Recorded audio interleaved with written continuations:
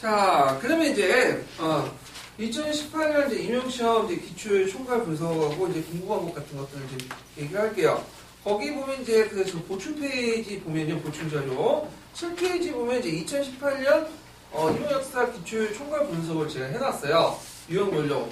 그래서 제가 이제 지금 겨울방학이기 때문에 할 일이 없어갖고 집안에서 둥글고 있다가 이거 한번 해보자 해가지고 한 4시간 동안 생각을 해봤어.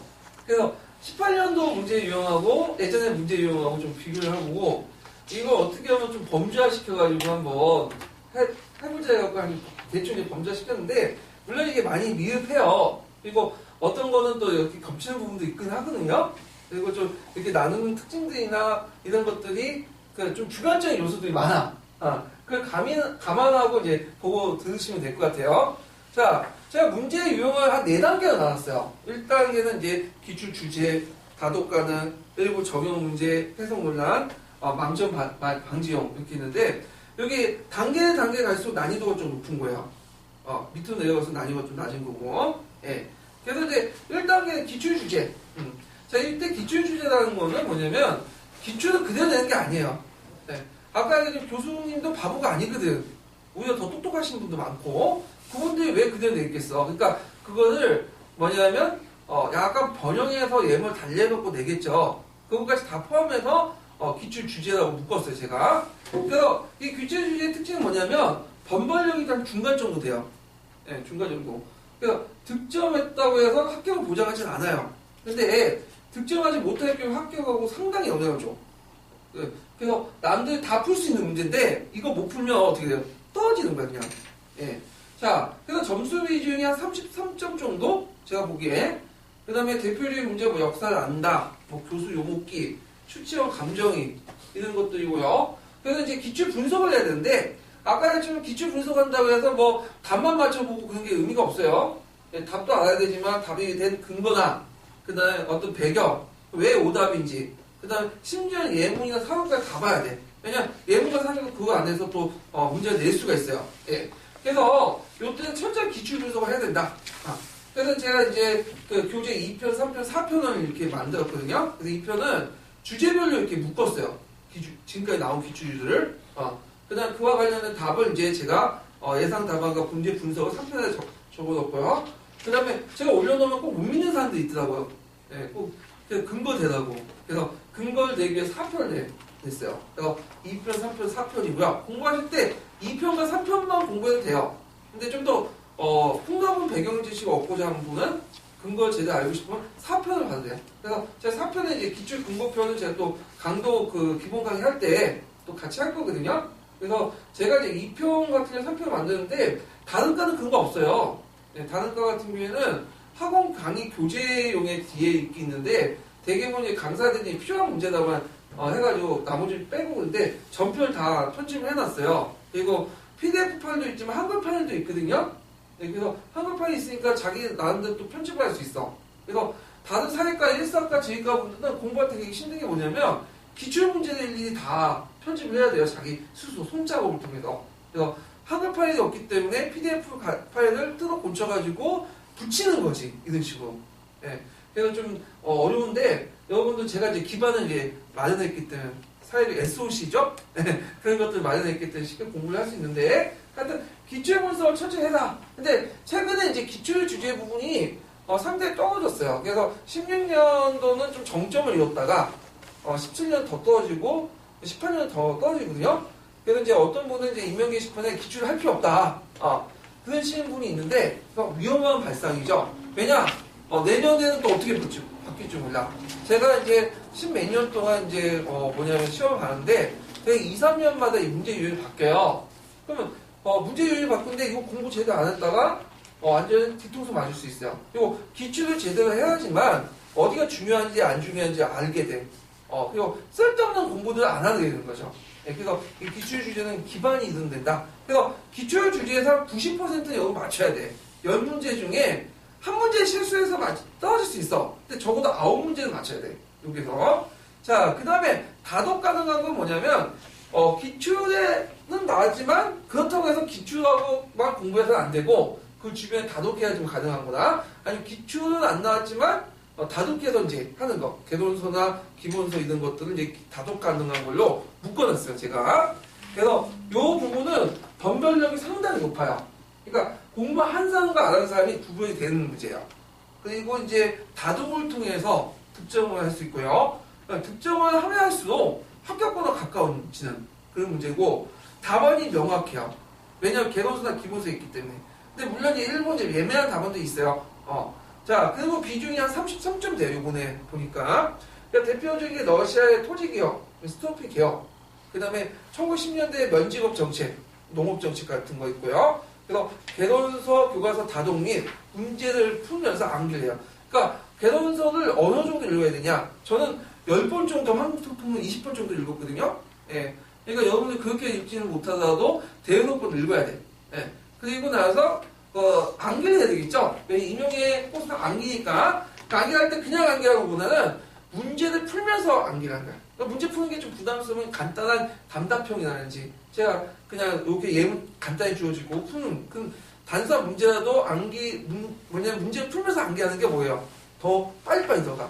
왜냐면 우리가 이제 학창시절 때 모의고사나 뭐 오답풀이 할 때도 이게 문제 풀면서 이렇게 뭐냐면 딱 익히는 게 어떻게 돼요? 금방 들어오잖아. 그런 것을 이제 염두에 두고 진행했는데, 그래서 제가 이제 6편 형성평가 문제나 5편 진단평가 문제들 만든 게 있는 문제예요. 물론 이게 완벽하진 않아요. 왜 지금 계속 만들고 있어요, 지금 이런 문제들을. 그래서 이런 문제 유형들 만들어갖고 스터디나 자기 혼자 만들어가지고 계속 반복해서 그 문제와 함께 암기를 같이 하는 것도 상당히 효율적이다. 그래갖고 이제 요거는 합격과는 꼭 진행을 이렇게 해야 된다. 그리고 특히 요번에 점수대가 뭐 60대 후반에서 70대 이렇게 중반 이렇게 되는 사람이죠. 70대 초반. 이분들은 이제 뭐냐면 기본서 다독이라든지 그 다음에 이제 기초는 웬만큼 돼 있어. 돼 있으니까 그 점수가 나왔겠지. 근데 그분들이 이제 문제점이 뭐냐면 몇 점짜리인데 떨어졌거나 아니면 1, 2점짜리 때문에 떨어졌거나 지역 선택을 좀 약간 미스해가지고 한 거야. 왜냐면 내가 71점 맞았어. 그럼 71점, 72점 맞았으면 경기도 가면 1차 합격했거든. 근데 저기 부산이라든지 경남이라든지 서울권을 썼으면 어떻게 해? 부산, 서울권을 써서 어떻게 떨어지는 거죠. 물론 완벽하면 됐는데 요게 안타까운 거지. 맨날 근데 그분들 특징이 뭐냐면 항상 시험으로 요 부분에서 떨어져. 1차 붙더라도 1차 점수 낮기 때문에 떨어지거든. 근데 이분들이 5, 6점, 학자 4, 5점만 딱 높여도 어떻게 해요? 안전빵은 어느 지역에도 붙죠. 근데 이런 분들은 이걸 확실해야 돼요. 개론서를 정확하게 다독뿐만 아니라 암기하기 위해서는 문제를 같이 풀어봐. 진짜 직방하고 효과가 될 거예요. 5, 6점 높이는데. 그래서 상당히 중요한 부분이고요. 그 다음에 이제 3단계는 뭐냐면 일부 정형 및 문제, 해석 논란 문제야. 이 문제의 특징이 뭐냐면 변별력이 낮아요. 그리고 출제자의 주관적 관점이 너무 개입되어 있고 정확한 답안을 알 수 없어. 그 다음에 운이 좋으면 맞출 수 있어요. 그 다음에 누구는 쓸 수 있어. 그래서 예를 들어 뭐 서경청도의 의사결정과정 이건 다 썼죠. 근데 문제는 이런 답안 누구는 쓸 수 있지만 답안을 몰라. 그래갖고 누구나 확신할 수 없어.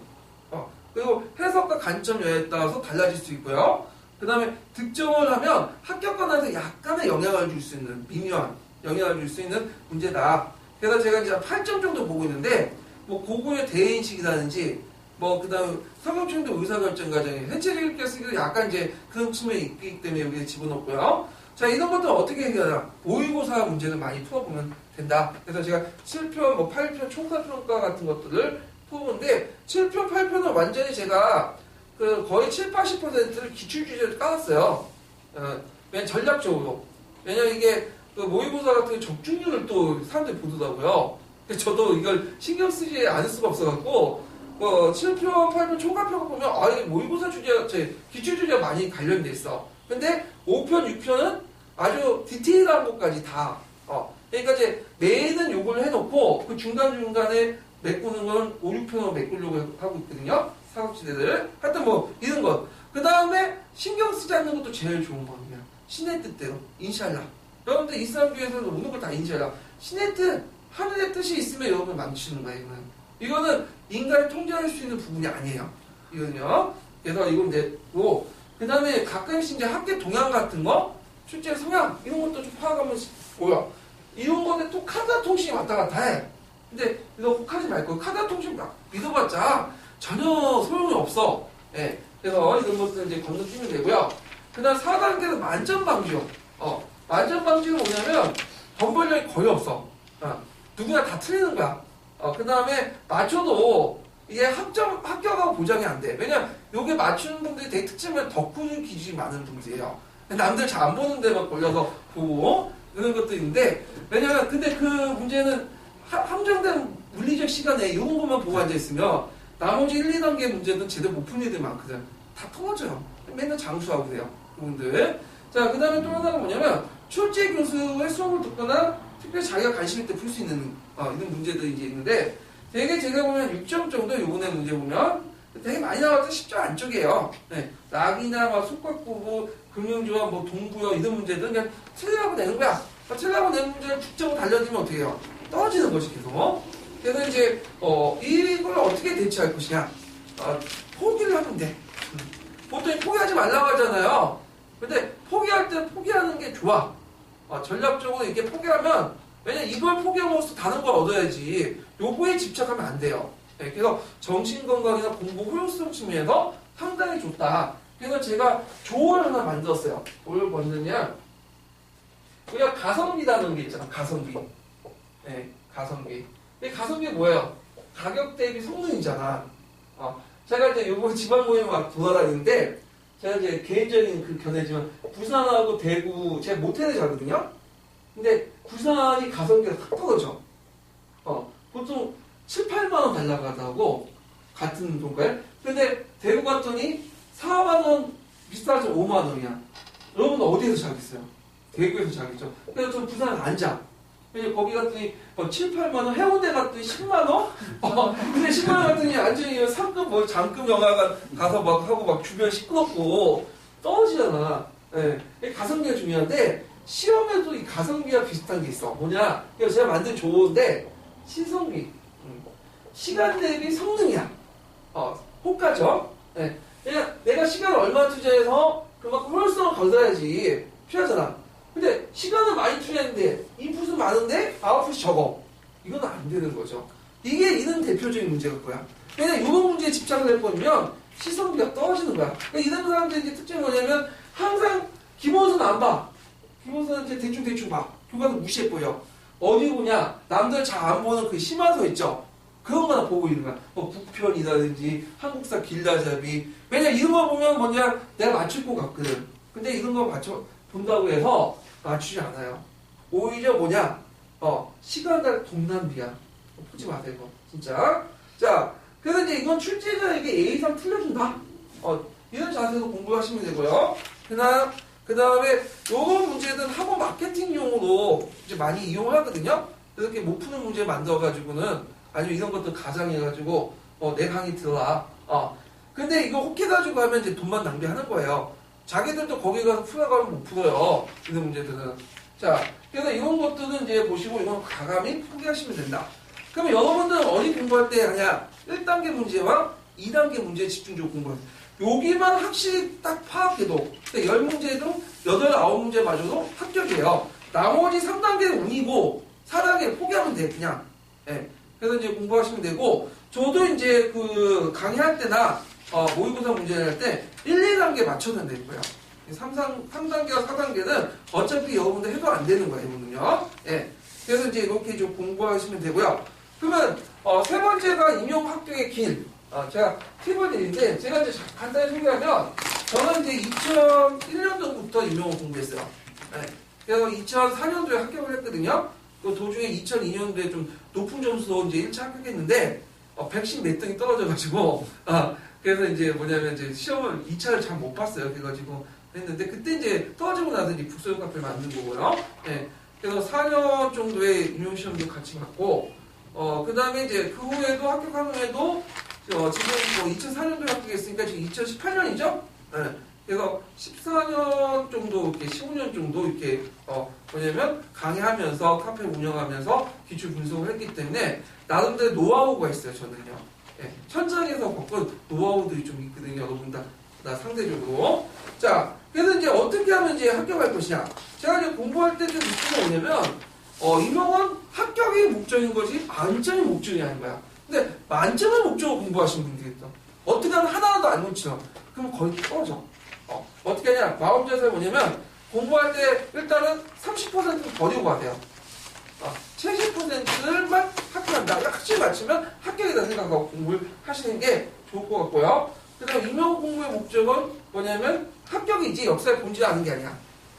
그래서 역사에 본질한다고 해서 무슨 단점이 어떻고 논리적 분석이 어떻고 그런 얘기 쭉 하시는 분인데 이런 분들은 이제 대학원 가거나 박사학위 좀 받으시면 되고 요게 제일 중요한 건 단순 이해 암기예요. 그래서 임용이라는 건 거기에서 암기가 꽃이다. 이해라는 것도 중요하지만 이해라는 건 암기할 만큼 이해하면 돼. 너무 많이 이해하면 안 돼요. 그래서 이런 것도 좀 기억을 해주시면 되고 그 다음에 임용시험은 이제 기출이 제일 중요하죠. 그 다음에 또 임용시험 종교가 아니에요. 어떤 믿음 가지고 어떤 특정인 애들 믿음 가지고 공부하시는 분인데 매번 떨어지죠. 그분은 돈만 낭비하고 그 다음에 이제 임용을 공부할 때 특징이 뭐냐면 마음의 중심을 잡아. 특히 내가 한 번에 합격하겠다. 한 번에 못 합격해요. 그래서 1년 공부해갖고 합격하신 분은 내가 본 적이 없어. 그래서 어떤 이제 강사분들은 제가 내 강의 들으면 풀코스를 들으면 1년만 합격한다고 얘기하잖아요. 거의 100% 사기예요. 그런 거 자기 강의 듣다고 이제 한 소리고 돈 벌기 위한 건데 거기에 노다라는 거고. 예. 실제로 초수 합격자들 보시면 2, 3년마다 공부한 거야. 이 사람들 2학년, 3학년 때 공부한 거지. 갑자기 1년 만에 어떻게 공부해. 그거 언어 좀 알고 공부를 하신 분들이에요. 근데 중학교, 고등학교, 그것도 이해를 못 하신 분이 어떻게 1년 만에 합격을 해. 그거 완전 다 사귄 거지. 그러니까 적어도 2년, 3년은 대비하고 공부를 하셔야 돼. 그럼 마음의 분할을 좀 잠재할 수 있어. 1년은 뭐냐면 일단 체력 보강용이에요. 일단 체력을 다져놔야지. 그래서 이제 뭐냐면 많이 읽고 기출 주제 분석하고 한 다음에 2년짜리부터 기술적인 측면, 3년짜리 이렇게 공부를 하셔야 돼요. 네. 그래서 이렇게 이제 공부를 하시면 되고 너무 강의에 의존하지 마. 누구 강의든 간에 자기 수습해야 돼. 그러니까 강의라는 거는 처음 들을 때 잘 모를 때 방향을 깨고 드는 거지 거기에 의존해버리면 문제가 되는 거야. 왜냐 강사 그 문제 스타일하고 기출 이렇게 나왔던 스타일이 꼭 맞아떨어지는 건 모르겠는데 항상 맞아떨어지는 게 아니거든요. 네, 그래서 항상 기본에 충실하고 북소년에 가보면 정보가 되게 많잖아요. 다른 과는 독학을 잘 못하는데 북소년은 독학해. 역사는. 네. 기발자를 다 깔아놨어. 제가요. 그래서 뭘 생각해야 된다? 이건 시성비도 있지만 가성비도 생각을 하셔야 돼. 예, 요런 것들. 자, 그 다음에 틀리라고 된 문제한테 틀려주면 돼요. 아까 만점 방지용 죽자고 달려들면 떨어진다고 했죠? 예. 그래서 꼭 보면 장수생들 좀 있는 분들 좀 죄송하지만 꼭 그런 건 아는데 장수생 유형 중에 하나가 자기가 틀리면 이제 떨어지면 어떻게 생각하냐면 내가 3단계, 4단계 문제를 못 풀어서 떨어진 잖아. 그러니까 아니에요. 1, 2단계를 제대로 못 풀었기 때문에 떨어진 거야. 근데 거기에 그냥 3단계, 4단계 집착하면 아까 얘기한 것처럼 괜히 심화서 보고 쓸데없는 거 보고 노트 필기할 때도 쓸데없는 것까지 다 정리해버려. 그러면 시간 낭비, 돈 낭비 그렇게 하면 안 돼요. 절대 이건 뭐냐면 올바른 공부 방법이 아니다. 효율성이 상당히 떨어지는 공부 방법이고요. 그 다음에 한 번 공부할 때 너무 시간 투자하지 마세요. 노노 맹자 사서 오경 읽고 그러면 그거는 아니죠. 예. 그래서 이제 아까 얘기한 것처럼 사회 전체를 해석하고 해석하라는 문제보다는 저도 이제 역사의 배경을 깔고 푸는 문제 필요하고 한문 교과 애들도 한문 사료 보면 해석을 못해요. 못 풀어. 왜 못 푸냐? 아까 그렇죠? 역사의 배경 모르기 때문인 거죠. 중요한 게 역사의 배경이야. 이런 것도 좀 기억을 해주시면 되고 그다음 문제 풀 때 자기가 생각한 거 푸지 마세요. 뭘 먼저 해? 출제의 의도를 먼저 생각하고 출제의 의도는 80%가 어디 있냐? 기본서, 개론서에 있어요. 그걸 암기하지만 풀 수 있는 거야. 그러니까 어떤 분은 계속 적용, 비판 이런 것들 하는데 비판 매는 강조하면 맨날 떨어져. 순종해야 돼요. 여러분들 시험 볼 때는. 그래서 암기를 정확히 하고 이해라는 것도 암기할 만큼만 이해하세요. 그 이상의 이해는 오히려 시험에 독이 될 수 있어. 예. 그런 것들 이제 염두에 두시고 이제 보시면 되고요. 자, 공부 방법은 이제 소개하기 전에 자, 아까 이제 그 밑에 인면 역사 기본서를 좀 볼게요. 여러분들 이제 많이 공부하신 분들 좀 알 텐데, 이제 초수분들 같은 경우에는 그걸 좀 하기 위해서 이제 얘기를 해야 될 텐데, 요 기준이 되는 건 뭐냐면, 최근 3, 4년 동안의 기출 분석을 근거로 해갖고, 얘기를 하는 거야. 그리고 앞으로 이제 이것도 달라질 수가 있어. 그렇지만 웬만하게 이게 크게 갑자기 변하지는 않거든요. 조금씩 변하고 그러니까. 자, 그러면 역교론을 볼게요. 역교론은 한정돼 있죠. 자, 딱 읽는 게 편해. 여기는 남색책, 녹색책, 파란책이야. 제일 기본이 되는 게 뭐겠어요? 파란책이겠죠? 예. 그래서 파란책이 기본이 되는 거고, 그 다음에 그거의 이론적인 부분을 좀 강화시킨 것이 남색책이고요. 그 다음 교수학습 방법을 강조한 것이 녹색책이에요. 근데 이게 강독을 이제 좀 이제 읽어야 되는데, 다독할 때, 여러분 모든 걸 다 볼 필요 없고요. 파란책도 뭐냐면 기출 나온 부분만 좀 많이 보세요. 예, 그래갖고 이제, 예를 들어서 거기 이제 파란책 보면 북한의 교육, 영국의 교육, 미국의 교육, 그것까지 다 볼 필요 없어. 그 다음 녹색, 남색책 같은 경우에도 그런 거 있어요. 이제 이런 것도 있죠. 뭐, 그 뒤에 아마 남색책 3장인가 그래. 뭐 설명과 이해가 어쩌고 저쩌고. 그런 거 그거 안 나와. 막 자기끼리 논쟁하는 건 안 나와, 잘. 그냥 녹색책 같은 경우 구현 목표 나오겠어요? 안 나와. 지금 왜 안 나오게 단언하냐면 이 구현 목표는 그냥 가설 차원에서 지금 얘기하는 거야. 한국학자들이 얘기하는 거는 거의 안 나오더라고. 그러니까 그런 것들 건너뛰세요. 네. 그래서 읽을 때도 좀 기출주의와 관련된 것들 좀 보고 나올 가능성들 있는 것도 염두에 두고 보고 어떤 분이 제가 역교원 교재에 왜 이렇게 많이 빠졌냐 남색책 제가 심화 교재에 그거 다 집어넣거든요. 근데 뭐라고 하는지 알아요? 아이고 너무 내용 많다. 왜 쓸데없는 거에 다 집어넣냐. 그래서 뺀 거예요. 근데 이것도 와서 그런 소리 들으니까 좀 왔다 갔다 하더라고. 누구 기준을 맞춰서 할지 모르겠는데 제가 확실한 거 지금까지 느낀 거는 다 볼 필요 없다는 거야. 봐도 두세 번 볼 곳이 있고 한두 번 볼 곳이 있어. 그걸 잘 봐야 돼. 괜히 두세 번 볼 곳은 그냥 건너뛰고 한두 번 볼 곳은 아예 보지 않는 거다 집중해버리면 틀리는 거죠 이제. 네. 특히 왜냐하면 또 역교동 같은 게 기출에 나오는 부분이 자주 나오기 때문에 어디를 봐야 되고 어디를 덜 봐야 되는 걸 구분하셔야 돼. 그래갖고 제가 이제 책을 읽어주는 남자 해가지고 이제 그 강독 강의 갔는데 올해 제가 이번에 역교동만 할 거예요. 그래서 제가 이제 그 부분을 좀 알려드릴게. 어디를 집중적으로 읽고 어디는 그냥 버려야 되는지. 예. 자, 그 다음에 발제도. 발제도 기출 주제 중심으로 보는 건데 노란, 갈색, 평가. 여기 또 안 나와져 검은 책도 있어요. 김만중 씨. 그래서 노란 책은 약간 이제 한번 간 것 같아요. 예전에 제가 처음 공부할 때 노란 책을 배웠거든요. 논문 6개에 있는 건데 노란 책이 좀 심도가 있어. 어떤 이론적 배경이 있는데 근데 인용까지 보는데 거기까지 알 필요 있나? 예를 들면 뭐 논리 실중주의와 실중주의의 차이점 뭐 이런 거 알 필요 없겠죠. 예. 그리고 이제 이런 것들은 이제 예전에 뭐냐면 사료학습 부분 있죠.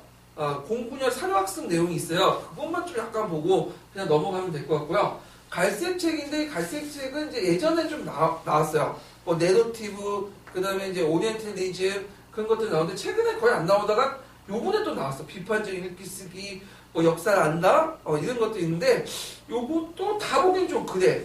그러니까 아까 얘기했지만, 이게 1, 2년 계속 나오면 좀 계속 봐야 되겠죠? 그러니까 아직까지는 모르겠어요. 그러니까 기출 주제만 좀 보세요. 이 기출 주제만. 그리고 이제 평가책은 이제, 최 교수만 맨날 들어갈 때만 내는 건데, 이것도 이제 아마 한동안 안 들어오니까 이제 안 낼 것 같긴 한데, 이것도 이제, 기출 주제만 보시면 될 것 같아요. 근데 이 교수님 특징이 뭐냐면, 자기가 낸데 또 안 내더라고. 골치 아파그러면. 그럼 틀려주면 되는 거고, 그때 맞추면 되는 거예요, 그런 거는. 예. 검은 책 같은 경우에 있는데, 검은 책은 이제, 뭐냐면, 가끔씩 이제, 심화하는 용어로 좀 볼 필요는 있어요. 요번에 역사를 한다 내용 있죠. 갈색책 내용에도 있지만, 검은 책 내용을 보면 자세히 나와 있어요. 그 부분도. 그 다음에 이제, 발전계열법이라든지, 문답학습 4가지 유형 있죠, 바스에. 그 예문도 자세히 나와 있고, 그 구체적인 어떤 예문도 같이 있어. 그래서, 한번 이제 시간 될 때 보세요, 요거는. 그 다음에 참고도서는 신용사기가 있어. 이게 평가책, 신용사기 뭐냐면, 거기 이제 일본 애들 항실에서 보관한 보물 있죠. 신용삼기, 뭐 목걸이, 거울, 뭐 칼 이런 거 있잖아요. 그걸 제가 해서 만든 좋은데, 신용사기가 뭐냐면 이제, 임농, 구상, 탐구, 평가야. 평가책은 좀 봐야 되는데 임농, 구성, 탐구는 이것까지 볼 필요 있나? 학계 경향이 어떻고 뭐 좀 하기 때문에 시간 되시면 보세요. 그냥 이거는. 자, 그 다음에 한국사를 보죠. 한국사는 교과서 무시하는 분이 있는데 한국사에서 교과서 무시하면 안 돼요. 기본적인 내용도 있고 오히려 더 자세한 내용도 있어요. 그래서 한국사 같은 경우에는 09년 한국사 교과서 있죠. 오늘 안 바뀌죠. 네. 그래서 그거 정근대, 근현대 다 보시면 되고 특히 근현대사는 이제 집중적으로 보고 싶으면 07년 근현대사 교과서가 있어요. 그래서 푸셈도 보시면 괜찮은데 푸셈이 잘 되긴 잘 되는데 이게 뭐가 문제는 시성비가 떨어져. 결정적으로. 뭐 다 보겠다면 좋지. 근데 다른 것도 봐야지. 그러니까 시성비 높이기 위해서는 제일 좋은 교재가 실차 한국 근현대 교과서. 그래서 여러분은 이게 6종인가 7종인가 그래. 근데 이제 자주 보다 보는 게 금성인데 금성 얘들 보기 좋아요. 얘들 보기. 근데 인고에서는 제일 중요한 건 얘들 보기 좋은 건 안 보는 게 좋아. 왜? 내용이 좀 떨어지기 때문에 그런 거죠. 그러니까 차라리 얘들을 잘 안 보는 걸 보면 돼요. 예를 들어 09년 개념교과에서 고대사 금성 있죠. 금성 채택률이 되게 낮은 게 금성 부분이 고대사 부분이 너무 심하게 나올 때 아예 첫 페이지 보고 선택 안 하거든. 근데 우리 여러분들은 그거 봐야 돼. 고대사 볼 때. 마찬가지로 그 07년 근현대 교과에서 제가 추천해 드릴 건 뭐냐면 딱 보니까 중앙하고 천재교육이에요. 중앙하고 천재교육. 진짜 잘 돼 있어요. 내용이 풍부해. 그래서 이거 좀 보시면 되는데 중앙천재교육 이거 저기 근현대사 교과서 상당히 품절됐거든요. 지금 없어요. 그래서 이제 필요하신 분들 저한테 메일 주시면 제가 보내드릴게요. 제 메일 주소는 또 이 강의 듣는 분도 있으니까 좀 혜택을 드려야지. 지은 너무 한 메일이에요. 지은 너무는 이제 제 오야지지 뭐 아는 게 있는데 이건 김지훈이라고 제가 예전에 첫사랑 이름이거든요. 한번 제가 15년 됐어. 역사적 기념 인물이기 때문에 내 개인의 역사에서 지훈 너무고 한 메일을 보내시는데 이제 그 단체 메일을 또 수신 거부하시는 분들이 좀 있더라고. 제가 잘못이죠. 맨날 자주 보내니까 거부하신 것 같은데 그러면 제가 빠꾸가 와요. 보내도 제가. 그러니까 요거 보내지 마시고 만약에 단체 수신을 풀거나 아니면 다른 메일로 보내주세요. 네이버나. 자, 뭐 이렇게 이제 하시면 되고. 자, 그 다음에 이제 그 07년 근현대사 교과서 보시면 되고요. 한국 통문인데 한 통은 정근대사만 좀 보세요. 근현대사는 볼 필요 없어요. 이건 내용이 좀 빈약하고 정근대사도 잘 볼 게 뭐냐면 이분이 변태성 씨인가 그럴 거예요. 돌아가신 것 같은데 여기 유명한 교수님 다 돌아갔어. 예전에 이제 죽은 사람들이 쓴 책을 이제 계속 봐야 되는데 따질 수도 없는데 그러니까 잘 보면 좀 틀린 게 좀 팩트가 틀린 게 많아. 예를 들어갖고 대표적인 게 그거죠. 예를 들어 국조 5대2 거기 보면 세종 때 저술한 걸로 돼 있어. 그거 아니라 성종 때 저술한 거야. 그 다음에 예를 들어갖고 이제 훈민정음 집현전학자 중심으로 이렇게 썼다. 최근에 그렇게 주장하는 교수도 없어요. 누가 직접 만든 거죠? 세종이 친히 만들었다 이렇게 돼 있어. 그래서 지금 관점은 좀 틀린 게 많아요, 이거는요. 그래서 이거 비판적 읽기와 쓰기를 통해서, 비판적 읽기를 통해서만 하는 되고, 자, 팩트 검증은, 그러니까 팩트 검증을 해야 돼. 자, 그 다음에 이제 발제독을 볼게요. 지도서를 볼게요, 지도서. 지도서 이제 보는데, 제가 이제 권장하는 지도서는 이제 뭐냐면, 국정지도서 있어요. 제가 예전에 7장 교과서 그 국정지도서인데, 내용이 상당히 좋아. 가격도 10,000원 이내야. 지금은 절판되는데 그 당시 그래서 가성비가 되게 뛰어난 교재인데 제가 지금은 절판됐거든요. 그래서 지금 안 나와요. 그래서 저한테 메일 주시면 첫사람한테 메일 주시면 제가 이렇게 보내드릴게요. 자, 그 다음에 이제 최근 나오는 09년 제 지도서가 있는데 이 09년 지도서는 이제 다 볼 필요 없고 한두 가지만 좀 골라서 보시면 돼요. 근데 이 최근 나온 지도서의 특징은 뭐냐면 가성비가 떨어져. 그래서 요것밖에 안 되는데 막 6만원 받고 7만원 받아. 교과서보다 더 비싸. 내용도 볼 것도 없는데. 근데 왜냐면 이건 적게 만들기 때문에 단가가 지금 되게 비싸거든요. 출판사 입장부터 그래. 그래서 그 학교에서도 잘 구입을 안 해요. 물려받고 그런 거지. 그래서 있는데 요런 것들은 이제 사이트 가거나 어디에서 이제 중고를 싸거나 PDF 파일을 뜨거나 그래야 돼. 직접 사면 좀 돈이 아까워 이건. 요거는요. 자, 뭐 이렇게 이제 보시면 되고, 자, 거기 이제 발제독 보면 이제 푸셈, 9푸셈, 10푸셈. 예전에 제가 이제 몇 번 보지 말라고 했는데, 제가 그것 때문에 욕을 좀 얻어먹었어. 네, 푸셈을 보지 말아요. 그래서 푸셈을 보면 이제 그 다 보지 마시고요. 4권에서 7권 조선사부터 보세요. 특히 1권은 보지 마세요. 내가 신푸셈 1권 봤더니 완전 판타지물이더라고요. 거기 보면. 이게 무슨 그래서 반쯤 읽다 그냥 덮었어 그냥. 이런 것들 읽으시면 안 돼. 한단고기류 같은 그런 책들인데 4권부터는 읽으시는 게 좋을 것 같아. 그래서 읽는 것도 이제 다 내용을 다 읽으면 좋겠죠. 근데 아까 시면 이제 공부할 때 뭘 생각해야 되겠죠? 시성비를 생각해야 되겠죠? 기출 중심으로. 예를 들어갖고 요번에 농사직설 있죠? 농서집요 이 농사직설 파트 있어요. 신푸셈. 그다음 항약 있죠? 그러니까 자주 나오는 부분 있죠? 이항이나 이런 것들 사상사. 그래서 나오는 주제들을 중심으로 공부하시면 효율적이다. 이렇게 좀 기억을 해주시면 되고 특히 이제 사회 부분은 1차부터 7차까지 다 보세요. 요거는 진짜 이건 되게 귀중한 사료들이 많거든요. 또 요번에 추세가 뭐냐면 그냥 사료 자체를 물어보는 게 있어. 그 내용이 들어갈 곳이 뭐냐. 이런 것들을 이제 대비하기 위해서는 이렇게 보시면 되겠다. 자, 그 다음에 한국사 특강인데 신특, 구특인데 저는 상대적으로 이제 신특보다는 구특을 이제 권장해드려요. 신특보다고 하긴 하는데 구특에서 이제 사상사, 불교사, 사학사, 일제시대 부분을 발췌도 하라. 근데 요번에 1910년대 면방직고 공업 관련돼 있죠. 예, 요게 다 신특, 구특에 있는 거고. 물론 길라잡이도 있지만 되게 이제 신특, 구특부는 다 커버가 돼요. 예, 그런 것도 이제 보시면 되고요.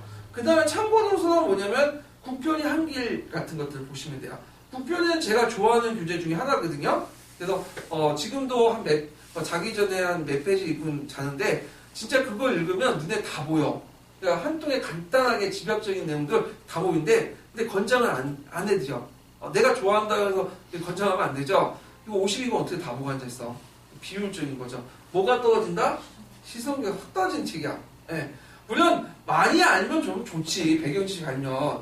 근데 그거 굳이 알 필요 없는 것까지 알 필요 없다 그죠? 아까 이제 암기할 만큼만 이해하시면 돼요. 예. 그래서 이 책은 이제 언제 보냐? 여러분들 합격하고 나서 보세요.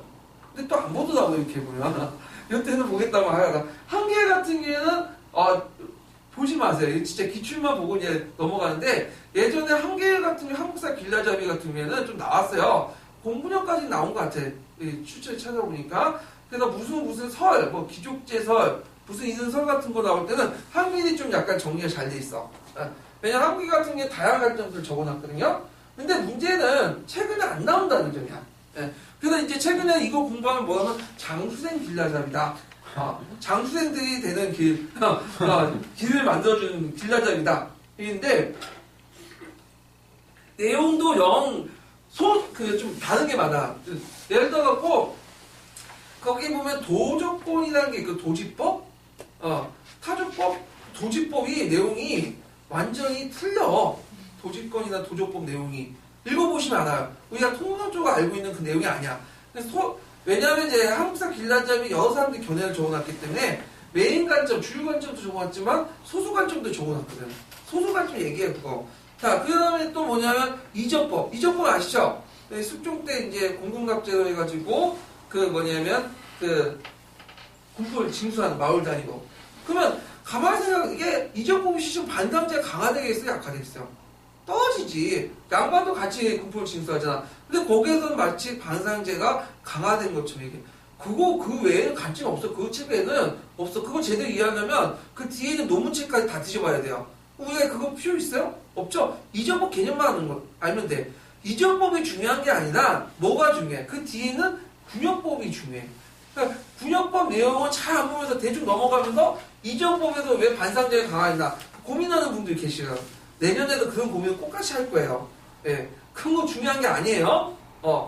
군역법이 중요하다. 그 시간 군역법이나 더 보시는 게 오히려 1점 더 얻는 거, 1, 2점 더 얻는 게 더 빠른 일이에요. 그러니까 너무 집착하지 마, 이 책을. 예, 이 책을. 자, 그 다음에 이제 세계사를 볼게요. 세계사는 서양사 있는데 서양사는 이제 교과서, 지도서, 이제 서계인데 교과서, 지도서 대충 보시고 서계를 이제 집중 보세요. 서계. 서양사 개론. 그래서 어떤 분은 익명 게시판에 서양사 개론 보지 마라. 그러니까 학계에 지금 잘 인정받지 못하고 비판 많다. 이 사람 또 죽었잖아. 그래서 동계, 서계 그 한 통 다 공통적인 다 죽은 사람이 쓰는 책이거든요. 그래서 우리가 따질 수도 없어. 근데 봐야 돼. 왜? 많은 사람들이 보기 때문에 교수님도 출제 교수님도 이게 마음에 안 들지만 가지고 들어서 내요. 이거는 어쩔 수 없어요. 이거는. 그래서 이걸 따지지 말고 그냥 공부하시면 돼. 따지려면 저기 대학원 가서 따지든지 하시고. 그래서 서계는 아주 꼼꼼하게 다 보시는 게 좋다. 다독할 때 이렇게 보시면 되고. 자, 그 다음에 이제 서양사 총론과 서양사 강이 있는데 서총 잘 돼 있어요. 세부적으로. 그래서 저도 서총을 좀 되게 좋아하는 책인데, 근데 이거는 그냥 반체동만 하세요. 왜냐면 잘 시험에는 잘 안 나와. 그래서 서강도 좋은 책이에요. 상당히 좋은 책인데 좋다고 해서 보지 마시고, 요거는 이제 그 딱 읽으면 주제별로 아주 심화돼서 나오거든요. 근데 그것까지 공부할 필요 없어. 그래서 서강은 가끔씩 2, 3년마다 한 번씩 나오거든요. 근데 그 2, 3년 한 번 나온다고 요거 공부한다, 이걸 메인 가지고 공부한다, 맨날 장수하는 거야. 요거는 그냥 한번 심심할 때 보세요. 어차피 서강에 나온 건 나도 못 푼 건 남도 못 풀 확률 높거든요. 갖다 버리시면 되고요. 자, 그 다음에 이제 여기는 안 나와주는 서양 중세사라는 책이 있어요. 서양 중세사. 요것도 가끔씩 나와. 2년마다 한 번씩 나오는 것 같아. 근데 이 교수님의 특징이 뭐냐면 자기가 낸 건 안 내. 서양 중세사에서 여기 부분 내면 또 다음에 안 내. 근데 이 책이 되게 두껍거든요. 1000페이지가 넘어가. 8포인트야, 그것도. 그럼 어떻게 다 읽고 있어? 시간 낭비, 진짜. 시성력 확 빠지는 책이죠? 근데 이 교수님이 좀 관심 있는 부분이 뭐냐면, 요번에 나태당 공의회 있죠? 4차 공의회. 여기서 냈는데, 뭐, 공의회니, 그 다음에 종교개혁, 그 다음에 뭐, 2단, 이런 것들 되게 좋아하시는 것 같아. 이런 것들만 좀 골라서 보시면 될 것 같아요. 이런 것들은. 동양사에 보죠. 동양사는 어려운 문제 제약은 동계 한의 중에서 대부분 커버가 돼요. 동계 한의 중. 그래서 이제 예전에 뭐 정역 같은 문제는 커버가 안 돼도 한의중 좀 읽어보면 약간 커버가 되는데 웬만하면 다 커버가 된다. 그 다음에 이제 발췌독 같은 경우에 보면 동아시아 교과서인데 그냥 읽어보시고, 왜냐면 동아시아 교과서는 잘 안 나오더라고. 그 다음에 사흘늘 아시아사가 있는데 요거는 한번 읽어보세요. 요거는 이제 어디에 집중적으로 보냐면 중국 근현대사 그 사료 관련된 내용 있죠. 그 사료하고 그 밑에 내용들. 그래서 작년, 재작년에 정역 관련된 문제 있죠. 정치협상이 요거 그대로 낸 거예요. 물론 한의 중에 좀 있긴 있는데 실제 요 내용이 있기 때문에 요 부분은 좀 어렵게 내려면 낼 수가 있어요. 요 부분은 정역과 관련된 내용을. 그 다음에 청고도서로서의 강자중국사가 있어. 강자중국사. 강자중국사도 제가 좋아하는 책이에요. 근데 제가 좋아하는 책들은 시험을 잘 안 내더라고요. 예전에 한번 좀 냈는데 최근에 안 나와. 그래서 이제 강자중국사는 근현대사 부분 있죠. 근현대사 부분은 보충교재 한번 보시면 되고, 제가 예전에 이제 여담이지만 수업 도중에, 강의 도중에 제가 강의 그 군대 있을 때 강자중국사 10번 읽었고 동계를 20번 읽었다 이렇게 얘기했는데, 거기에다 임명 게시판에 어떤 분이 군대에서 충분히 공부할 수 있지 않느냐 이렇게 내 말 인용해서 이렇게 하는데, 절대 안 돼요. 저는 위생병이었거든요. 그래서 상병되니까 할 짓이 없더라고요. 맨날 심상히 지키고 있었어요. 그러니까 그렇게 가능한 거지. 아니 어떻게 기관총 들고 총 쏘고 행군하면서 이걸 읽어. 그 말도 안 되는 거고 되게 힘들어요 진짜. 여자분도 오해하지 마세요 진짜. 자, 그 다음에 일본사 해볼게요.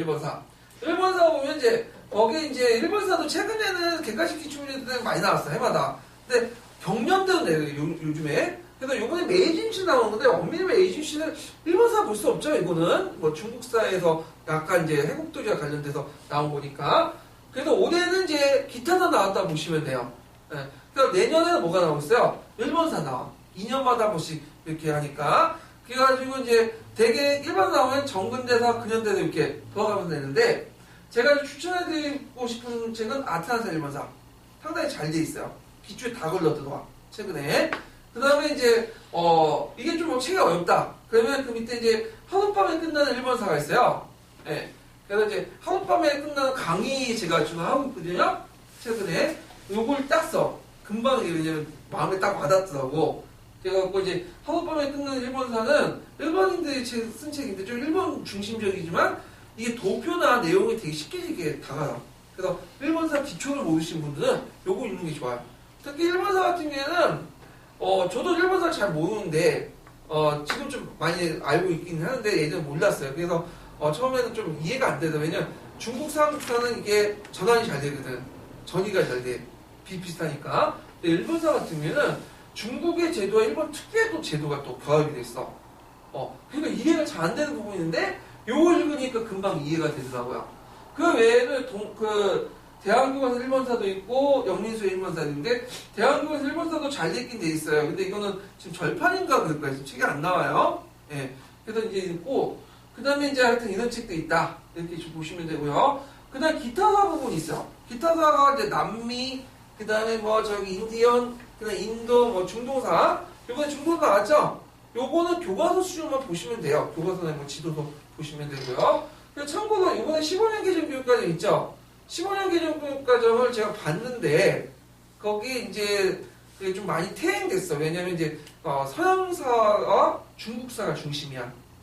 그래서 기타사 부분이 많이 내용이 축소됐더라고요. 그래서 예전에 뭐 남미사, 오세아니아사, 뭐 아프리카사 이거 되게 강조했잖아요. 그런 내용들 많이 없어. 왜 없냐고 했더니 저번에 이제 제 연수 들어서 이제 얘기하는데 장학사님이 애들한테 그걸 너무 강조하면 학습 부담이 많다는 거예요. 너무 애울 게 많다. 그래서 뺐대요. 네. 근데 이제 학교에서 약간 비판이 좀 있어. 이거 왜 뺐냐. 그래서 아마 개정도 되면 이게 또 집어넣을 것 같아요. 왜냐면 최근 추세가 이게 기타사를 강조하는 추세거든요. 근데 좀 역행하는 거잖아. 그래서 개정교육 과정이. 그래서 이제 있는데 이렇게 이제 보시면 되고, 참고로 15년 개정교육 과정은 요번에 세계사하고 동아시아사가 나오죠? 그래서 세계사는 4종이고 동아시아 3종 정도 이제 알고 있는데, 이거는 3월 달에 나와요. 3월 달에. 네. 그래서 있는데, 내용을 제가 봤는데, 이게 구성이나 디자인은 괜찮더라고요. 예. 종이질도 좋고, 좀 약간 비싸서 문제인 거지. 예. 근데 이제 내용 측면에서 볼 때는, 아까 이제, 거기야. 비슷비슷해. 그래서 뭐 그냥 보시면 되고, 그 교과서는, 세계사 교과서는 서양사는 좀 참고는 돼요. 기타사하고. 동양사 보면 건너뛰세요. 일본사하고. 안 나와. 여기는. 그 수준 이상으로 넘어가요. 동양사, 중국사는. 자, 그래서 이제 이렇게 해서 이제 인용 기본서를 좀 설명을 했고요. 자, 그럼 공부 방법을 좀 얘기할게요. 다시 앞장 돌아서. 자, 공부 방법인데 제가 이제, 여기도 이제 제가 얘기할 것은 이제 제가 생각하는 공부 방법이에요. 네. 그러니까 여러분들 나름대로 공부 방법이 있어. 그래서 이건 그냥 뭐냐면 참고로만 들으세요. 자, 그래서 이제 이걸 독학을 기준으로 이제 다독, 기출문서, 문제풀기. 여기는 없지만 독학을 하면 다독, 기출문서, 문제풀기 외에도 또 하나 추가할 게 뭐냐? 암기예요. 암기. 여기 좀 암기 쓰시고. 자, 1단계 보면 기본서 다독. 그래서 예전에 제가 이제 그 공부하고 설명할 때 기출을 먼저 하나 했더니 어떤 분이 난 기출 모르겠다. 너무 어렵다는 거야. 보니까 내 기준 가지고 얘기했어. 기출보다는 이제 모르는 분은 기본서를 다독하는 게 좋죠. 기본서를. 그래서 이제 교과서 읽고 지도 읽은 다음에 개론서 읽을 때 이렇게 하고, 또 아까 얘기했던 기본서 다독할 때 효율적인 방법 뭐였죠? 문제를 갖다 푸는 거죠. 그래서 제가 5편, 뭐 6편 이런 식의 비슷한 유형을 만들어가지고 쓰시면 되고요. 2단계 기출문제 분석. 이게 좀 제가 사회적 자본을 깔아놨죠. 그래서 뭐 2편, 3편, 4편, 9편 활용할 수도 있고, 뭐 스터디 활용할 수도 있고, 여러 가지 방향으로 이제 할 수 있다. 그 다음 3단계가 뭐냐? 다독과 기출 근거의 내용 조직을 해라. 그러니까 내용 조직은 뭐냐면, 우리가 그 역교다 보면 중요성의 원리 있죠? 그러니까 중요성의 원리 왜 이렇게 강조해요? 모든 역사적 팩트를 다 알려줄 수는 없잖아요. 마찬가지로, 기본서에 있는 내용이라도 다 공부할 필요 없어. 공부할 부분이 있고, 어디는 그냥 지나갈 부분이 있고, 대충 보는 부분이 있고, 이걸 구별해야 돼. 그럼 내용 조직이 중요해. 그래갖고 이제 내용 조직할 때 3가지 유형이 있어요. 하나가 서브노트 작성. 많이 물어본 게 서브노트 해야 되냐, 안 하냐, 그런 건데, 서브노트를 꼭 할 필요 없을 것 같아. 왜냐면, 서브노트를 하면 할수록 시간이 많이 걸려. 아까는 뭐가 떨어지죠? 시성비가 떨어져. 이 친구는. 원래 서브노트 잘 하시면 후대에 큰 영향을 줄 수 있어요. 도움을 줄 수 있죠. 대표 중에 이제 그 역사적, 요번에 합격자 서브노트 있죠? 네, 그거 하는데, 그분이 1년 만에 만든 게 아니에요. 7년 동안 했어. 육수 칠수 했거든요. 네. 근데 그거는 이제 이거 만드냐고 자기 공부는 잘 안 한 거죠. 예. 그리고 서브노트를 이제 하실 때 너무 이게 세부적으로 하시는 분도 있다고. 그러니까 읽는 내용 다 적어 놓은 거야. 한 번에 보려고. 욕심이지. 그 적는 시간 동안 암기해야지 왜 적고 앉아있어. 그 암기할, 적을 바에는, 그렇게 적을 바에는 그냥 개론서 보시면 돼요, 그냥. 그거 완전 지금 시선가 떨어지는 거야. 그러니까 키워드를 중시하고 이렇게, 적는 것이 훨씬 더 낫다. 그래서 서브노트 같은 경우 꼭 하고 싶은 거 하시고 말면 마세요, 그냥. 근데 좀 부탁할 게 뭐냐면 서브노트 작성하고 나서 특히 워드도 이렇게 작성하신 분들은 나중에 합격하시면 좀 공개 좀 해주세요. 네. 그걸 또 와가지고 공개하기 싫다 그래서 그냥 거기 그 하드에 그냥 잠재우고 있으면 그냥 멀어지는 거야. 후대를 위해서 그 후배들을 위해서 좀 해주시면 고맙게 생각하겠습니다. 예. 자, 그다음 기존 자료를 편집한 거. 그러니까 지금 카페 자료도 많죠. 그걸 편집하고 하는 것인데 이게 제일 효율적인 것 같아. 예. 제가 이 방법을 이제 공부할 때 썼어요. 그래서 그때는 이제 뭐 북설 카페 그런 게 없었으니까 와가지고 이제 그냥 스터디 하면서 조금씩 빼오는 자료들 엮어가지고 했는데 상당히 좋더라고요. 예. 그래서 이제 이런 것도 있고요. 그 다음에 기본서를 이것도 싫다. 이것도 뭐 어디 작업하고 귀찮다. 그러면 그냥 기본서에다 줄 치우세요. 예. 그래서 기본서에 배경 뭐 쓰고 이렇게 목적 쓰고 이렇게 쓰면서 중요한 거 하면 나중에 막판에 이것만 보고 넘어가거든요. 특히 기본서에 줄 치는 방법이 제일 효율적인 게 뭐냐면 서브노트나 이런 것들은 자기 한번 이해한 방식 가지고 또 적어놓거든. 시간이 지나면 또 그거 외우다 보면 원래 개론서에 있는 내용과 또 틀릴 수가 있어. 근데 이거는 뭐예요? 그냥 그대로 받아들이는 거잖아. 근데 문제는 출제 진이 들어갈 때 내 서브노트 가지고 칠잖아요? 그게 아니죠. 기본서 가지고 하기 때문에 오히려 이게 훨씬 더 효율적일 수 있어. 시성비가 높을 수 있죠. 그래서 시성비가 제일 낮은 거는 서브노트, 중간은 기존자 표집. 제일 높은 게 뭐냐면 여기 기본서를 줄치는 방법. 제일 높은 것 같아. 예. 그래서 이제 이런 것도 있고요. 그 다음에 이제 마지막으로 암기죠. 임용의 꽃은 암기예요. 임용의 꽃은 그래서 이 내용 중에 암기인데 이 암기를 잘 하셔야 돼. 암기 못하면 다 헛것이야. 예. 그래서 이제 있는데 제가 이제 나이 많으신 분들에게 미안한 말씀이지만 공부는 임용 보면 어디면 어디 쓰면 좋아요. 왜냐면 머리가 말랑말랑할 때가 빨리빨리 들어오거든. 그래서 30대 중반 넘어가면 임용 그 합격률이 떨어져. 이게 좀 안타까운데 왜냐면 일단 저도 지금 암기하면 못해요. 나이가 좀 많아가지고. 근데 왜냐면 일단 암기가 안 돼. 이해는 되는데 뭔가 생각이 안 돼. 뭐가 떠오르지 않아.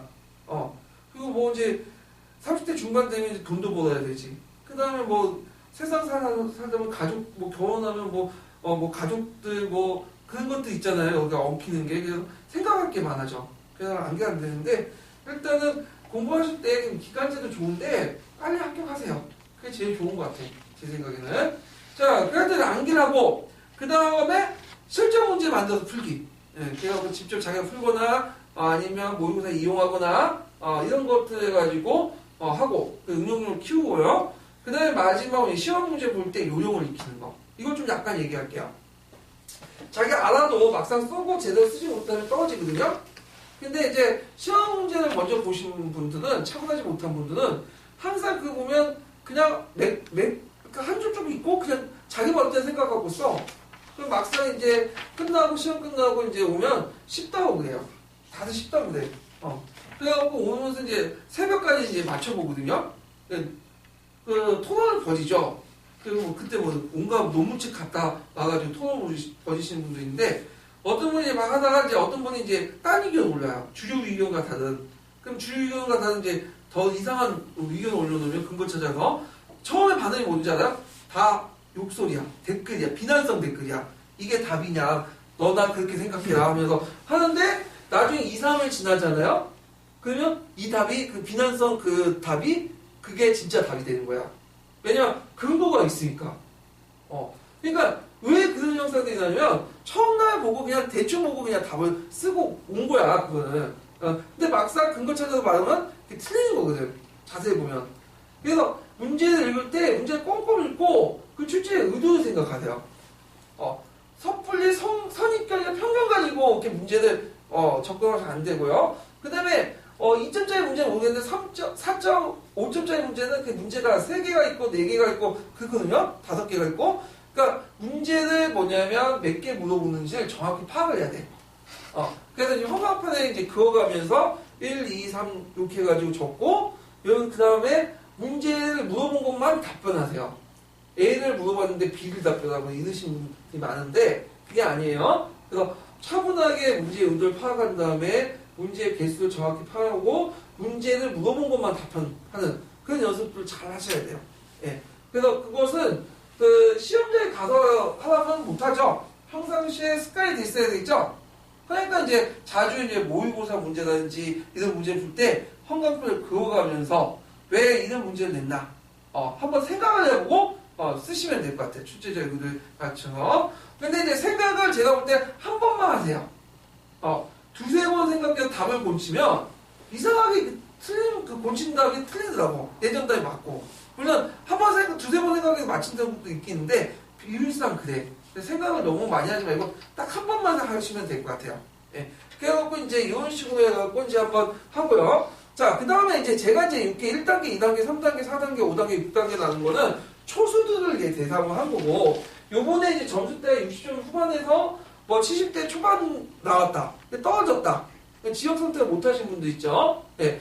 요런 분들은 제가 이제 권해드리는 건 뭐냐면, 이런 분들은 기출 분석이라든지 다독을 이미 다 마스터 하신 분들이야. 근데 뭐가 못해서 모르냐? 정확한 암기가 안 돼서 그래. 이 5, 6점 때문에 맨날 그 안에서 빙빙 돌거든. 그러니까 이분들의 특징은 뭐냐면 계속 뭐냐면 비슷한 성적이야. 매번 보면. 그냥 1차 붙거나 아니면 떨어지는데 1, 2점 안에 떨어지는 거야, 그냥. 그럼 1차 붙어도 맨날 2차 떨어져. 왜냐면 1차 기본 점수가 그 밑에서 커트에서 걸리기 때문에 떨어지는데, 이런 분들을 위해서는 이제 아까 말처럼 다른 건 다 건너뛰고 그냥 다 개론서 있죠, 개론서.